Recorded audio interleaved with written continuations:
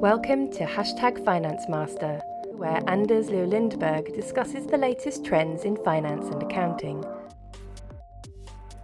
Welcome back to the #Finance Master Show, a podcast where we explore what it takes to build world-class finance functions. Today I'm joined by Anna Oblakova, a project management professional and FP&A expert who's passionate about making finance more connected, communicative, and human. Anna has built her career helping companies transform how finance partners with the business. And she's known for her thoughtful, practical insights into what great FP&A really looks like. In this episode, we'll talk about how FP&A professionals can move beyond just reporting and forecasting to become true business partners, and what potentially separates FP&A business partnering from broader finance business partnering. So Anna, welcome to the show.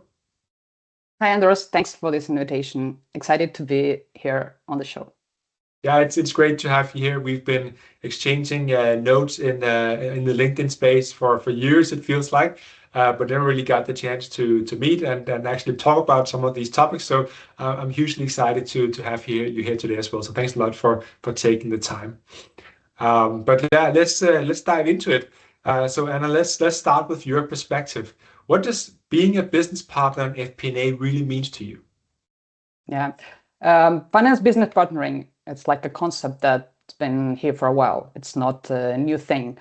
And I feel like finance guys usually love the numbers. So I feel some pressure to put a number on this time frame. Well, let's say it's more than half of a century that finance business partnering exists. So it means that more than 2 generations of finance professionals are trying to implement this concept and to bring business partnering to the finance function.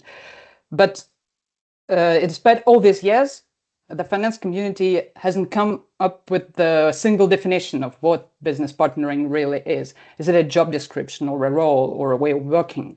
And it's still a bit fuzzy. But for me, what's clear is the value that finance business partnering bring to the company through control of the margins and the costs, through revenue generation, and through risk mitigation. So for me personally, for FP&A business partnering is to influence decisions through insight. So it's joining the conversations when the decisions are made. It's showing up to your business partners and to be a trusted advisor, but also to be accountable for the outcomes, not just for the dashboards we're sending out. Yeah, I really like that perspective you said about is, people are confused, is it a role or mindset or way of working? Because when we do, so we have this concept of like finance business partnering in a day, when we sometimes do that with companies that haven't really started the journey, are not really sure what it should be, then we kind of do that as an inspirational day. And then we have a slide there that says, is it a mindset, or is it a role, or is it a way of working, or is it all of it?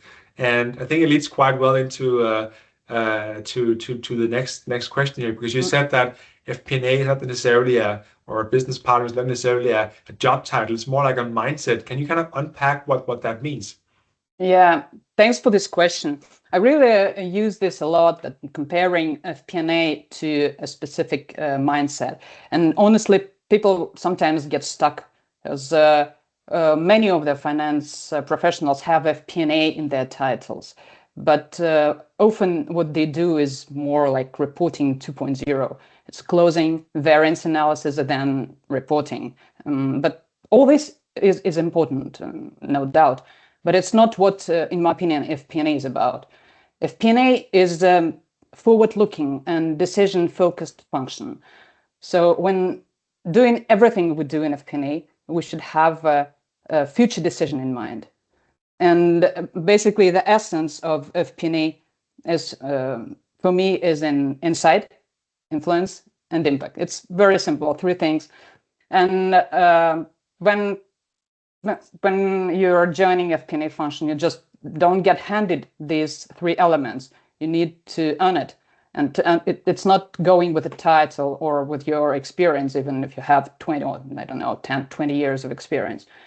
And here, insight is a simple one. So usually finance professionals are good at analysis, and Excel or other tools help a lot here. But influence is a tough one. You don't have a formula to convince marketing or sales. Often it's your word against someone else's, or your word against executive's gut feeling, or your word against, oh, we have done this all the time exactly this way, so we don't want to change anything. And I think that building influence is an important part of FP&A and business partnering in general, for both of them. And it's not happening just like that overnight. It's happening with patience, consistency, and trust. It's showing up again, giving insights, and showing that finance is not here to say no, but to generate faster and better decisions. And when you have this trust, then when impact comes, impact with the tangible results that move the organization forward. And I know that you promote a lot this formula, insight multiplied by influence is equal impact. And that's, for me, it's a very powerful formula that can be compared like with index match, but in the business partnering, space. Yeah. And to implement this formula in FP&A, there should be a real shift in the mindset and in the perspective, from reporting to storytelling, from reactive behavior to proactivity and to anticipation, and from just finance to business partnering. Yeah, and you mentioned the reporting 2.0 before as well, and you also mentioned, of course, the activities of insights, influence leading to impact. But oftentimes, and I guess that's also your experience, is that FP&A gets stuck in data controlling and reporting, and maybe a little bit of analysis, but never really reaching to the point where the analysis is leading to insights, and those insights are in a shape and form that you can actually communicate it so others will understand it. So why do you think FP&A professionals are stuck here, if I can ask that as a follow-up question? Stuck in the connection with the business. Yeah, it's an interesting and very topical question, I'd say, because many finance teams and FP&A teams in particular face this challenge. They just cannot connect with the business. And there is a striking statistics from Gartner, for me personally. 22% of business leaders do not consider any financial implication but revenue when making their decisions. Like one in four business leaders do not think that if revenue is growing, it's fine, not taking into account cost, margin, or cash. So here, what's happening, in my opinion? FP&A teams have insights, but business leaders do not have context or habit or trust to use this insight. And the issue is not in lacking data or insights itself. The issue is really in relationships and in trust and so on. And I think that here, sometimes we can send reports that may seem too technical or detached from the real life decisions, or they can be sent, insights can arrive too late when the decision is already made. Or what's the worst for me, FP&A is seen like a budget police and not as a partner. All these three elements, we can work on them and improve the perception or the use of the insights by the business teams. But it takes time to connect, to build trust. Here, I'd say that from my perspective, first of all, it should be transparency is very important. Transparency in how the decisions are evaluated, what are the assumptions, and so on. From the other thing, what I think is critical is building the habit to use this insight. And to build a habit, you need to be relevant, consistent, and timeless is also very important. And these three elements, they naturally engage business leaders to rely on finance with time. It's like marketing that are building consumer habits. Repeated valuable interactions change the behavior. That's it. And for me, from my FP&A perspective as well, I'd say that I feel like our function has a mission, an educational mission in the organization as well, to show that every step, every decision has a financial echo in the company. And this brings the organization itself to think financially. And I think that's really, that brings value to the whole company, to all the functions.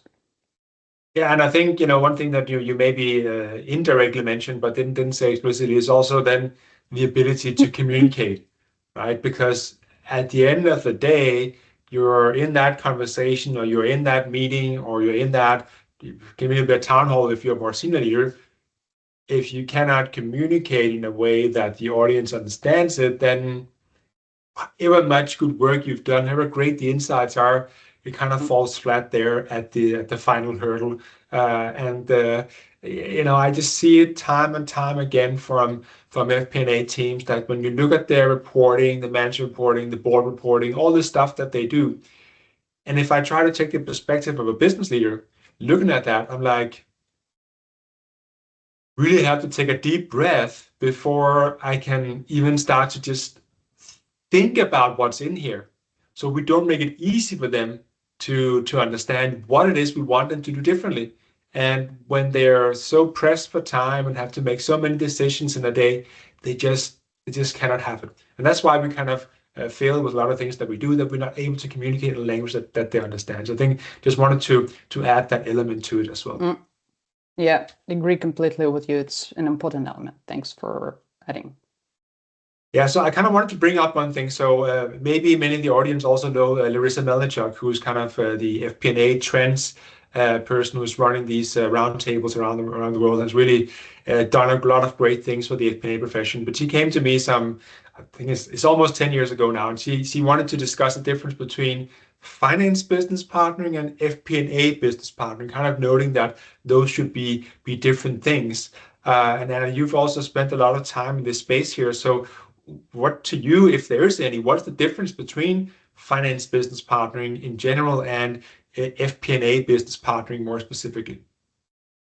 But it's a great question to focus on the distinction. Well, when we speak about finance business partnering in general, we have some broad idea of the concept, like working closely with the business or supporting decisions, or in general keeping finance healthy and so on. And this may be said of any part of the finance function, of the accounting, treasury, FP&A, or controllership.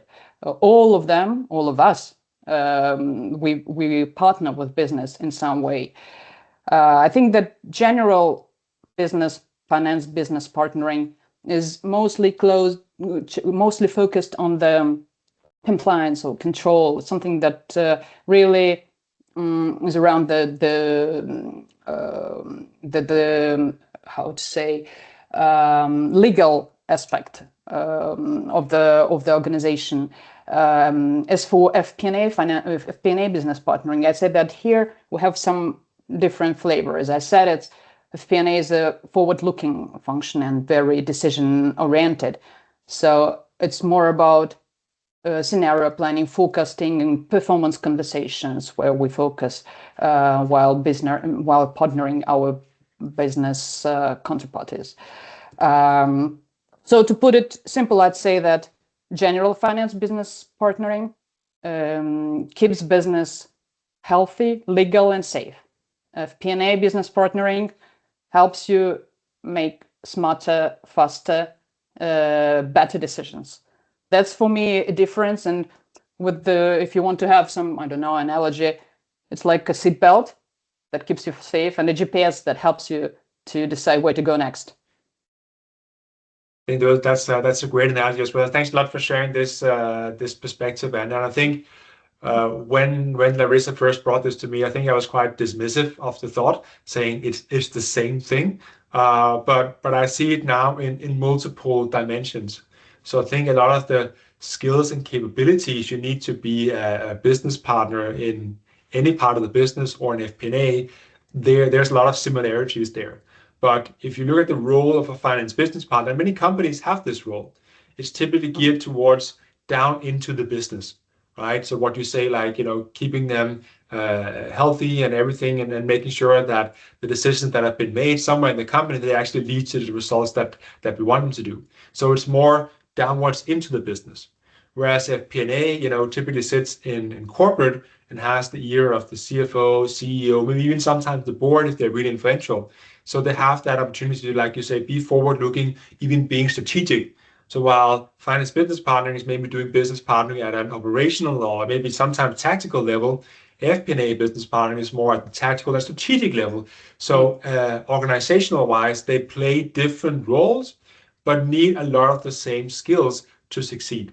I think there's a lot of nuances to this that I think will be helpful also for the audience to understand in terms of if I take a finance business partner role, I need to play it like this, and if I work in FP&A, it's like that. But the skill set has a big common pool, I would say.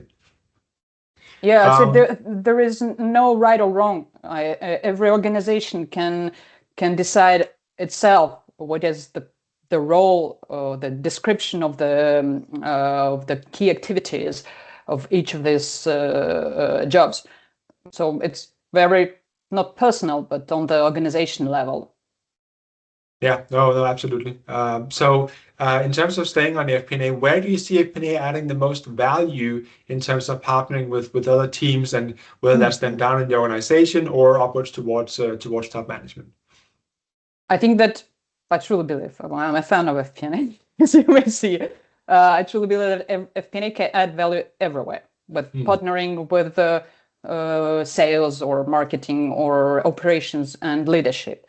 But the type of the value and the way of partnering is different, though. For example, with sales, I'd say that FP&A focus mostly on translating revenue opportunities into value with pricing incentives or decisions based on customer product or segment mix. Here we have a clear focus on profitability. So we give a financial lens to the commercial team, and sometimes they don't have just time to apply to. As for operations, for example, this for me is focus on efficiency. So helping operational teams understand the consequences, financial consequences of their decisions. And these decisions are mostly around capacity or productivity or cost to serve and so on. As for leadership, this is a different angle. This is effectiveness. Where to guide executives on what to do next. It's a very different type of activity, and we have to adapt. Well, I think this is a key. We have to adapt our style and communication as well, as you said, depending on the function we're partnering with. Yeah, so I could almost say like there's no end to the possibilities of FP&A supporting the business, right? And I think that's what makes it so exciting. If you are at least in the mindset that the two of us are, like, wherever I look, whatever conversation I have, there's an opportunity to create some sort of value, to address different business challenges, to help stakeholders be more successful. And I think that's really where we should all look towards right now. We're not talking so much about AI in this show here, this episode here, but obviously there's a lot of opportunities coming there, and some people are running a bit scared. What's going to happen to me in my role? And I'm like, well, look at this whole land of opportunity there is here. Start cultivating that, and you're going to have a great career, and it's going to be exciting, and it's going to be very fulfilling because you are contributing to the value creation and then the mission of the company. So really buy into that there is just no end to the possibilities here. So we talked about how FP&A sometimes struggle to connect with the business, and maybe you talked a little bit about already, but how do we fix that? Because if we cannot connect with the business, we are just reporting 2.0. So what one or two pieces of advice would you give in terms of how to fix this? Yeah, I think for me, I already mentioned a bit that we struggle to connect, and there are several several factors that are impacting, like the context or habits. I already spoke about habits, like how can we create it or build it with the business partners.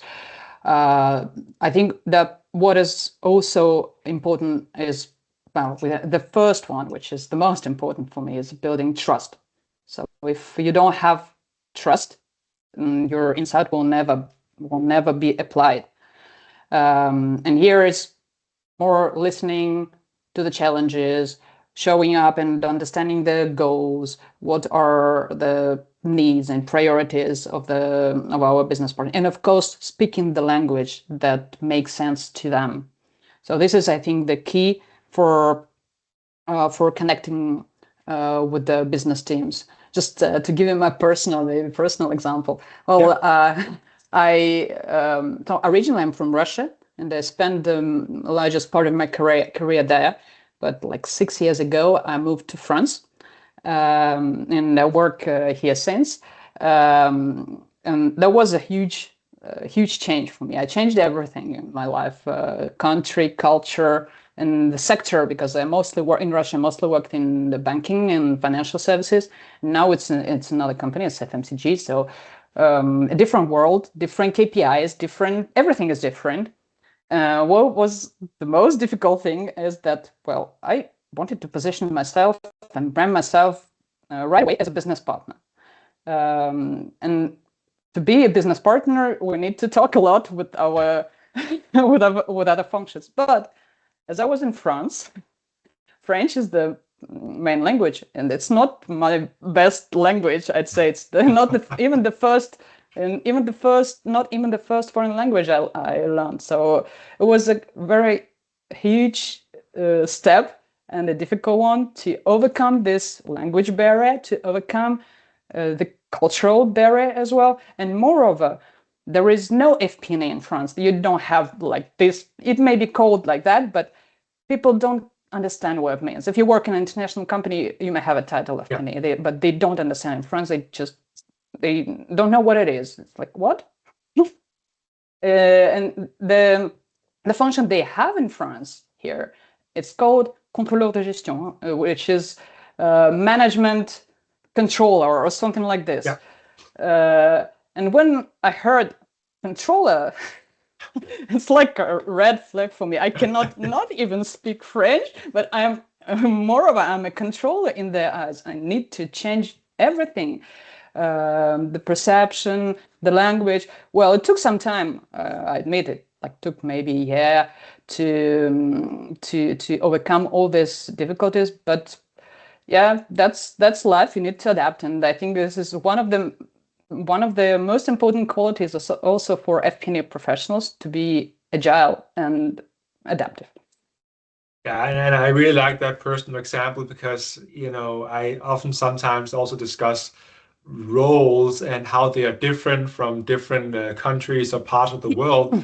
And, so the controller role, just, not even within Europe, there are differences, but Europe versus US, for instance, is very different. And so in the US, of course, they have FP&A. In Europe, many countries, like you say, they have controlling. And if you go by the German controlling school, then controlling is everything. It's also FP&A. It's also the more accounting stuff, and it's everything. Whereas in the US, it's just accounting, right? So it can easily confuse people. So I think that's a topic for a full other episode that I maybe should find some people to talk about. But thanks a lot for sharing that part. Because this is something that we need to fix to really realize the potential of FP&A. So staying a little bit on that, one of your LinkedIn posts, you wrote that, before there's formulas and tabs and KPIs, there's a need to understand the business. So what does that take to actually understand the business? Because it's something we say a lot, but we can't really put it on formula, right? So how do you develop that business understanding? What kind of mindset shift is needed to do that? Yeah, and I think it's really a mindset shift, because it's not something we're taught on our finance masters or whatever you got as a degree. Not not specifically. So we have some understanding, but not the same understanding as other departments may have. And this is really a mindset shift for FP&A professionals to move from being obsessed with numbers to being obsessed with business. I think this is the key shift we need to make. And to do this, to make this shift happen, it's just very simple. You need to know how the company is making money and what drives the decisions. There are not many things to learn and understand. It's just your revenue drivers, what grows the top line, price mix, or volume, or maybe customer retention. It's the cost structure. The cost structure, your variable cost versus your fixed cost, or the main and the main cost buckets. You need to know unit economics and customer segmentation. For me, it's like this four elements to understand what are different customer segments you have, how their behavior differ from another, why we have this segmentation in the first place. And I think that's the shift, as I said, from being obsessed with numbers to being obsessed with business. And overall, context, curiosity, all this adds a different layer to the FP&A mindset as well. Yeah, and then I would say something as simple as go and see the business in action. Right? Of course, it's different from industry to industry and so on. But I'll give an example where I wasn't able to do it fully, but I worked in the US once as a finance manager for a drilling rig operation. And to go to a drilling rig, you have to take all sorts of safety courses and whatnot. And so you go through a lot, and you even have to be dropped into a pool of water in a helicopter simulation, like it was crashing. And so I went through all this ordeal only to be able to go to a drilling rig and actually see things in action. But unfortunately, I didn't make it to the rig for different reasons. But just going through all these things gives you a completely different idea about what is the business that we're actually running here, rather than just sitting in your cubicle or in your office and participating in a few meetings, right? So whenever you can, go and experience the business in action. If you're a retail chain, go and see how it is. If it's online, go sit with the customer service. When I was in container shipping, go to a terminal or visit a ship, whatever it is. Do that, not all the time, because it can be difficult to link that exact experience to something that is value creating the next day.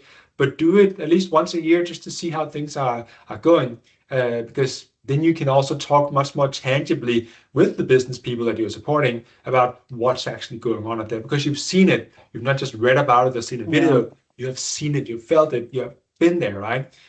So just wanted to add that as well. Yeah.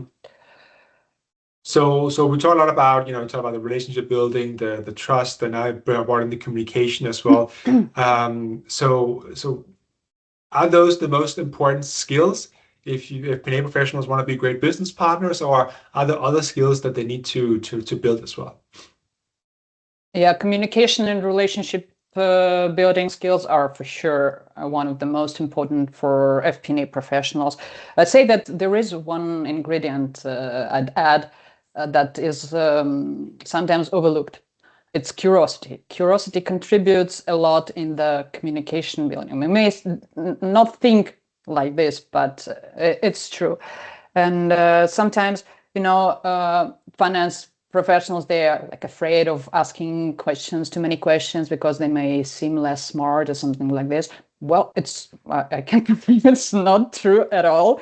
And the best FP&A professionals ask a lot of questions. They ask brilliant questions that spark new thinking, that challenge assumptions and uncover new opportunities and risks. And I think that challenging assumptions and all these three things I mentioned, this is one of the key roles of the FP&A in the organization. It's not like being difficult. No, it's just bringing another perspective and seeing the same business problem from a different angle.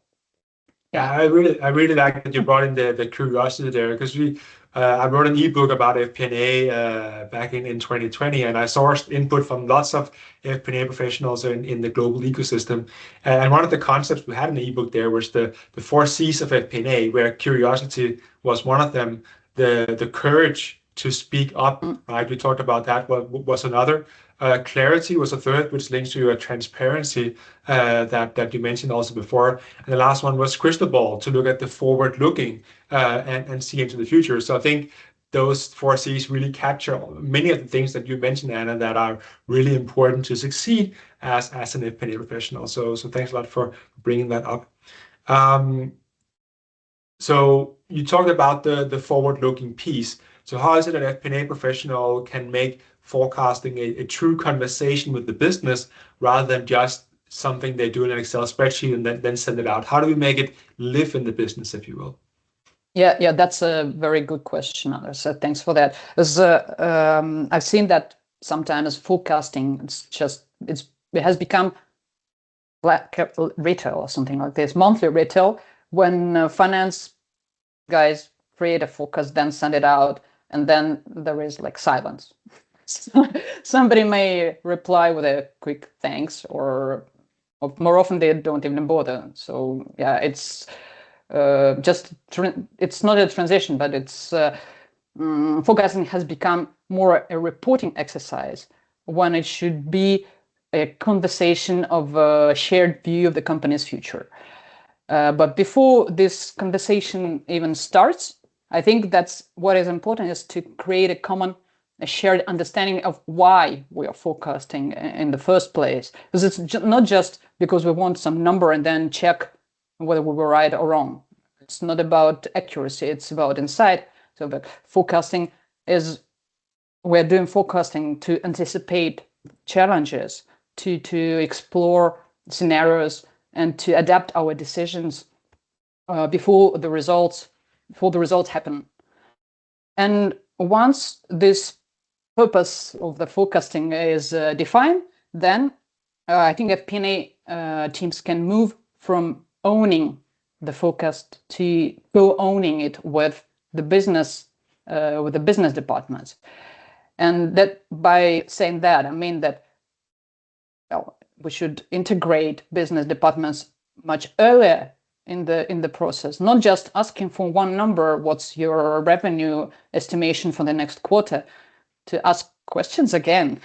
It's about asking questions, what's behind the numbers, to invite business departments to participate in the discussion and the conversation. And only this way we can make this shift happening. And the more trust, again with the trust, the more trust we have, the more business departments are open to discuss, and then it becomes a real dialogue. And what I also noticed in my experience, what may help to bring in another level to the forecasting process, is to make it more interactive, not just given a number of, I don't know, revenue or whatever you're forecasting, but to walk through the scenarios or what if or sensitivity right away, so that the teams can see it immediately, the impact of their decisions on the forecast, on the overall result. Because it's not about predicting the future, it's about preparing to it together. And when we co-share or co-own the forecast with the business, then the conversation becomes more important than the number we create, the number we submit. Yeah, and you mentioned a lot of things here, like the trust part, right? The preparing together, the co-ownership, and to me, it's very important that the business trusts that the forecast is used in the right way, right? Yeah. So that it's not just something that, okay, now we've given them to put to FP&A, they will do it to management, and management will come back and say, it's not good enough, you need to do something. They should actually, like you're also saying, they should know right away, is this going to be good enough or not? Because they should know what targets they're held accountable to, and the forecast should show how we're tracking versus those targets. And if they're tracking below, they should know already that this is not going to be good enough. And you can discuss, okay, so what do we do? rather than not knowing how they are doing exactly, not knowing whether the forecast is good enough, and then getting this expected, unexpected. We always discuss that push from top management saying you need to take initiative or do something or change the forecast, whatever. So I think that all those elements you mentioned are really crucial in ensuring that they know it's being used for the right purposes and they know if it's good enough or not, so that they can't expect a lot of corporate initiatives to come down. They take action themselves, because then you can kind of run the business together with them rather than being seen as this person that goes between them and management, and they don't really know whose side you're on, because you're there to help them be successful, right? So I think that is some great aspects you mentioned there. So I mentioned we didn't talk much about AI in this episode here, but how do you see the role of business partnering and FP&A evolve with AI and automation now taking over a lot of work, both transactional, but also a lot of potential in FP&A to help there? How do you see that evolve? Yeah, that's a big one. I'm not an expert in AI, to be honest. I'm kind of following it, but not that closely. But my personal opinion here is what I read or follow for.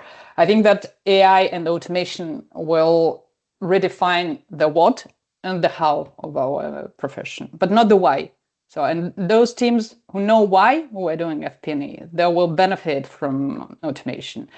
I think that AI and automation will focus mostly on maybe take over reporting, forecasting, and partially planning, because those are mostly pattern built, and machines are better than humans with patterns.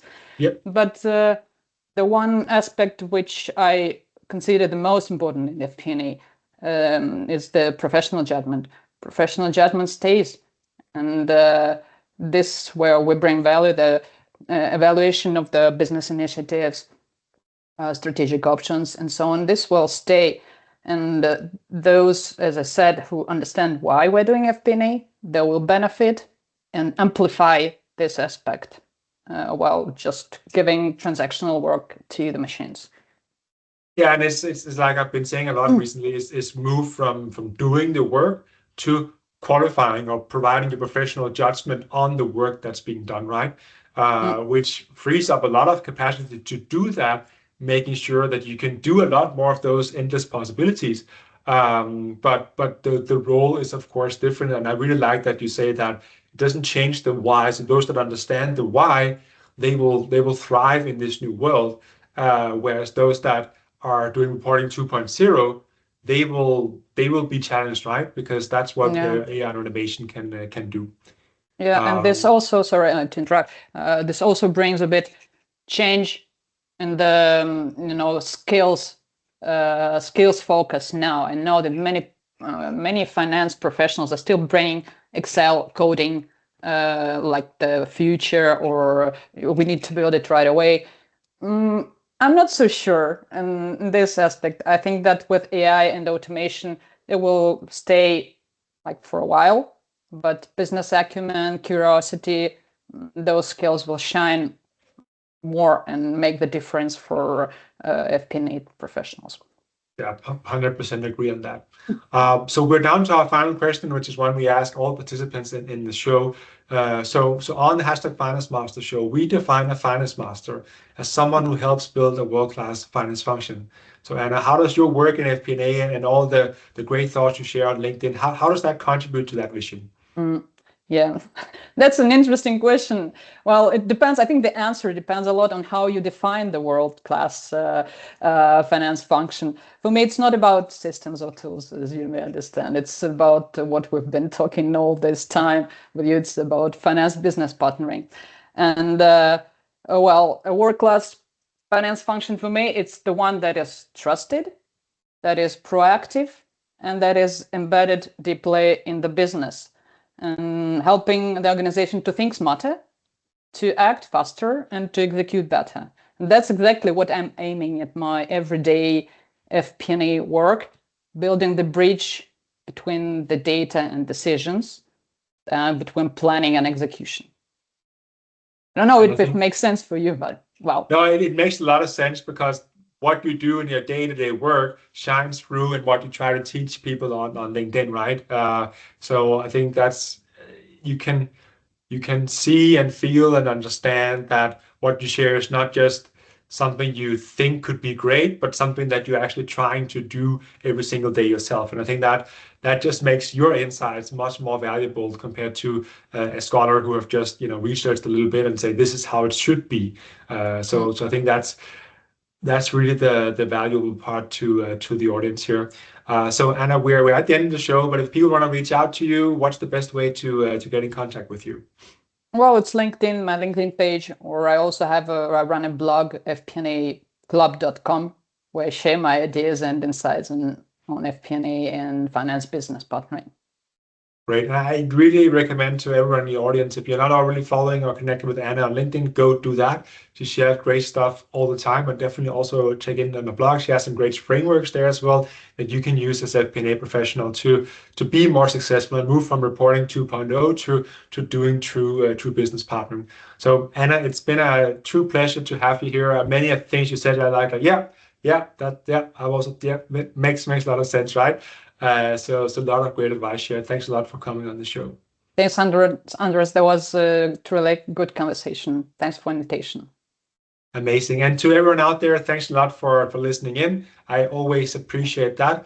And we'll continue the #Finance Master Show next time. So see you out there. See you next time. Bye for now. You've been listening to #Finance Master. Don't forget to subscribe to stay updated on the latest trends in finance and accounting.